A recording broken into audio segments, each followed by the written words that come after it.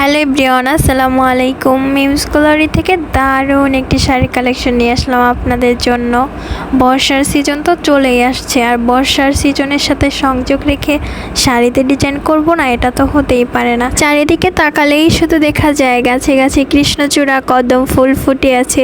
কি অপরূপ সৌন্দর্য, তাই না? তাই আমিও দেরি না করে মিমস গ্লোরির লাল টুকটুকে শাড়িতে গুচ্ছ গুচ্ছ কদম ফুটিয়ে তুললাম। শাড়িটা যে কি পরিমাণে সুন্দর, এটার আসলে কোনো ব্যাখ্যা আমার কাছে নাই। আর জানি না ভিডিওতে কতটুকু এর সৌন্দর্য প্রকাশ পাচ্ছে, তবে সামনাসামনি আরও অনেক বেশি সুন্দর ছিল।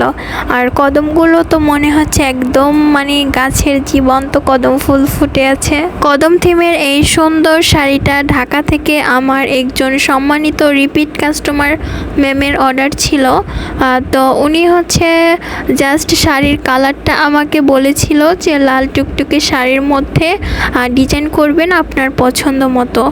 তো আমি যখন আমার পছন্দ মতো কোনো কাজ করি, তখন না অনেক চিন্তা ভাবনা করে দেন একটা ডিজাইন করি, যে যাতে কাস্টমারের ভালো লাগে, কাস্টমারের হাতে পেয়ে যাতে সন্তুষ্টি প্রকাশ করে, এবং আলহামদুলিল্লাহ আমি সেই সন্তুষ্টিটা অর্জন করতে পারি।